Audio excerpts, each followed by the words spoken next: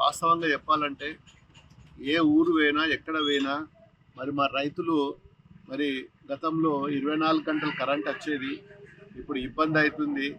యాసంగి నాట్లు వేసుకుందామంటే తుకాలకు పోదామంటే కరెంట్ వస్తలేదు, మేము ఏం చేయాలి మరి అని మరి వాళ్ళ కోసం చెప్పుకుంటున్నారు. ఇది వాస్తవం. మరి ఇప్పుడు ఉన్న ప్రభుత్వం ఏం చేస్తుంది? పొద్దున్న లేస్తే రాజకీయాలు. ఇవాళ రాజకీయాలు కూడా ఎట్లున్నాయంటే వీళ్ళు చేసిన రాజకీయాలకు మరి యువకులు బలి అయిపోతున్నారు. తెలంగాణ ఉద్యమంలో ఏ విధంగా అయితే బలి అవుతుర్రో ఈ బీసీ రిజర్వేషన్లో కూడా అదే విధంగా బలి అవుతుర్రు. లేనిపోని ఆశలు కల్పించి చేస్తాము అని మరి నమ్మించి మోసం చేసిన ప్రభుత్వము ఇలా రేవంత్ రెడ్డి గారి సర్కారు, కాంగ్రెస్ ప్రభుత్వం. ఇది వాస్తవము. ఏ గ్రామం పైన మరి కుంపటి పెట్టిండ్రు, చిచ్చు పెట్టిండ్రు. మరి పెట్టినప్పుడు కనీసము ఢిల్లీ వరకు పోయి మరి 8 మంది ఎంపీలు ఉన్నారు, మరి మీరు అపోజిషన్లు ఉన్నారు, ఏ ఒక్క రోజైనా పార్లమెంట్లో మరి ప్రతిపాదన పెట్టిండ్రా? మరి నిన్న చనిపోయిన ఒక విద్యార్థి పాపమైన మరి బీసీ కోసము మరి బలిదానం అయిపోయి మరి ఆయన సాయి అనే అతను మరి బీసీ కోసము వాగ్దానం చేసిండ్రు, ప్రభుత్వం ఫెయిల్ అయింది. దాని నిరసనగా మరి నేను ఆత్మ బలిదానం చేసుకుంటున్నా అని చెప్పి మరి అది ఘోరంగా మరి వీళ్ళ రాజకీయాలకు ఆయన బలైపోయిండు. మరి ఇప్పటికైనా కళ్ళు తెరిచి ఇలాంటి తప్పుడు వాగ్దానాలు చేయొద్దు. మీరు ఎలక్షన్లప్పుడు చేసిన వాగ్దానాలే ఇప్పటికి కూడా ఏది కూడా అమలు కాలేదు. మీరు ఎలక్షన్లప్పుడు చేసిన వాగ్దానాలు పూర్తి చేయండి, తర్వాత కొత్త వాగ్దానాలు చేయండి. కానీ ఏదైతే మాట ఇచ్చినామో గతంలో కేసీఆర్ గారు ఏ వాగ్దానం చేయలేదు. 24 గంటలు కరెంట్ ఇస్తానలేదు, మరి కళ్యాణ లక్ష్మి ఇస్తానలేదు, మరి రైతు బంధు ఇస్తానలేదు. ఇస్తానకున్న ఇలాంటి ఎన్నో కార్యక్రమాలు మరి గతంలో మరి మా ప్రభుత్వంలో చేసినాం.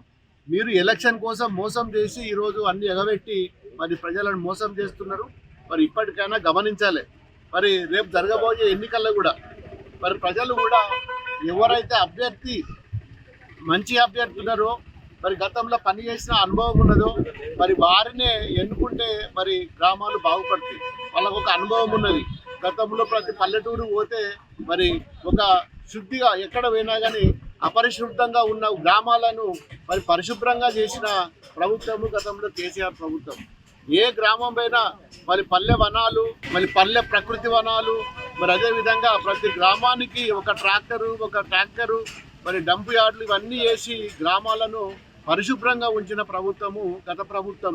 ఇంటింటికి మంచినీరు ఇచ్చి నేను మంచినీరు ఇవ్వకపోతే సంవత్సరం లోపల నేను మంచినీరు ఇవ్వకపోతే మరి నేను ఎలక్షన్లలో నిలబడాలని వాగ్దానం చేసి మరి అప్పటి ముఖ్యమంత్రి కేసీఆర్ గారు పుణ్యమని అన్ని గ్రామాలలో కూడా మిషన్ భగీరథ ద్వారా ఇవాళ మంచినీళ్ళు వస్తున్నాయి.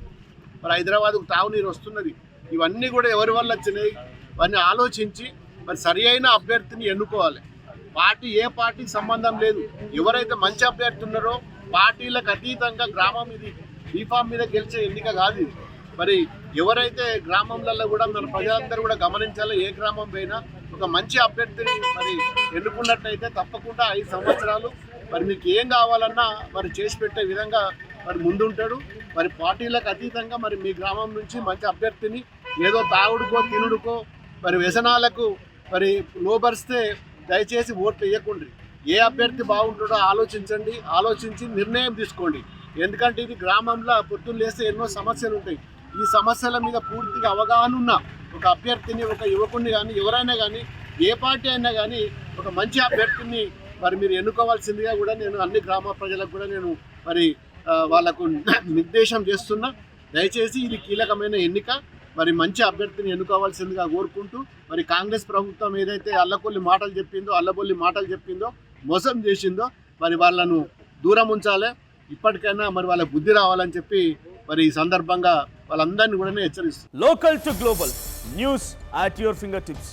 మీ చేతిలో ఒక ఆయుధం. Download raw TV app. Media legend Ravi Prakash is back.